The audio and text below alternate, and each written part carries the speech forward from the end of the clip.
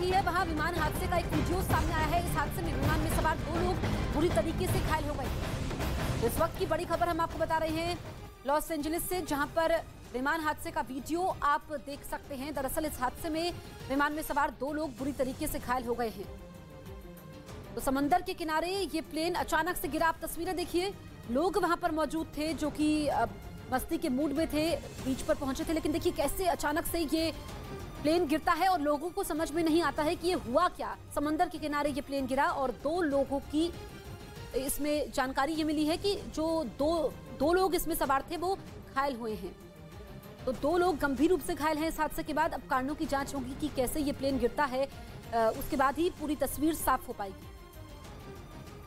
पश्चिमी मीडिया ने दावा किया कि दक्षिण चीन सागर में चीन की हरकतों के बाद फिलीपींस भी एक्शन में आ गया। आरोप है कि चीनी नौसेना के जहाज न सिर्फ उसकी। अगर आपका क्रेडिट स्कोर कम है तो बैंक लोन छोड़िए, शादी के लिए लड़की भी नहीं मिलेगी। क्रेडिट स्कोर इम्प्रूव करना है तो फ्रीडम ऐप को अभी डाउनलोड करो।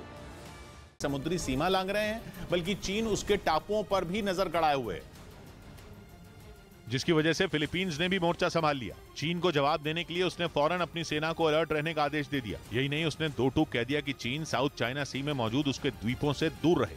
असल में चीन लंबे समय से फिलीपींस में खाली पड़े द्वीपों को कब्जाने की फिराक में है। पश्चिमी मीडिया का दावा है कि चीन ने फिलीपींस के उन द्वीपों के पास आर्टिफिशियल आइलैंड तक बना लिए हैं। फिलीपींस का आरोप है कि फिशिंग बोट के जरिए चीन उन द्वीपों पर पहले हथियारबंद टुकड़ी को तैनात करता है और फिर उनकी मदद से वहां कब्जा जमा लेता है। व्हाट्सएप ने भारत में नवंबर महीने में 37 लाख से ज्यादा अकाउंट पर बैन लगा दिया। ये कार्रवाई लोगों की ओर से मिली शिकायतों के बाद की गई और व्हाट्सएप को भारत से की गई इन शिकायतों की संख्या 946 थी, जिसके बाद 1 नवंबर से 30 नवंबर के बीच 47 लाख से ज्यादा अकाउंट पर बैन लगा दिया गया। बैन का यह आंकड़ा अक्टूबर महीने में बंद किए गए व्हाट्सएप अकाउंट से 60% ज्यादा है।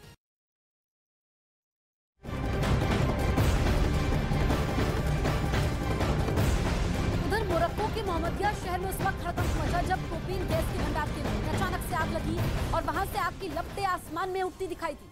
इस दौरान वहां तेज धमाकों की आवाज भी सुनाई दी। आग इतनी भीषण थी कि कुछ ही देर में गैस भंडार केंद्र जलकर राख हो गया। हालांकि मोरक्को के मोहम्मदिया शहर के गैस भंडार केंद्र में आग किस वजह से लगी इसका पता नहीं चल पाया है। खबर है कि अमेरिकी बैन की मार झेल रहे ईरान ने भारत को रणनीतिक साझेदारी का प्रस्ताव दिया है। पश्चिमी मीडिया की एक रिपोर्ट के मुताबिक इसके तहत वो भारत को सस्ते दाम पर कच्चा तेल देने के लिए तैयार है।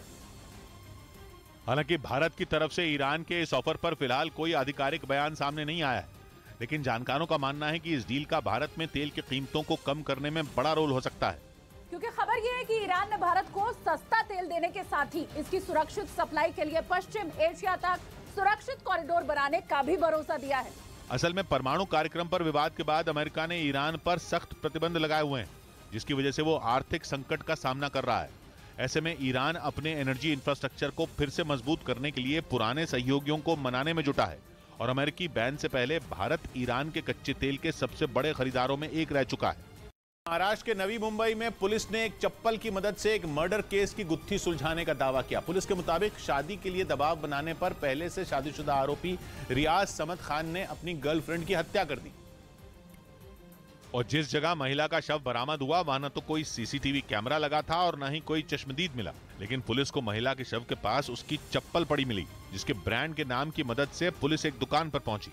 पुलिस के मुताबिक महिला की तस्वीर देखकर दुकानदार ने उसे दिसंबर की शुरुआत में चप्पल बेचने की बात मान ली और दुकान में लगे सीसीटीवी कैमरे की फुटेज की जांच करने पर वो महिला आरोपी रियाज समद खान के साथ नजर आई। इन्वेस्टिगेशन के बाद मेन एक्टर को भी पकड़ा गया और इसकी पूरी कॉन्स्पिरेसी हमें पता चली है। पुलिस ने आरोपी रियाज की निशानदेही पर हत्या में शामिल उसके दोस्त इमरान शेख को भी गिरफ्तार कर लिया।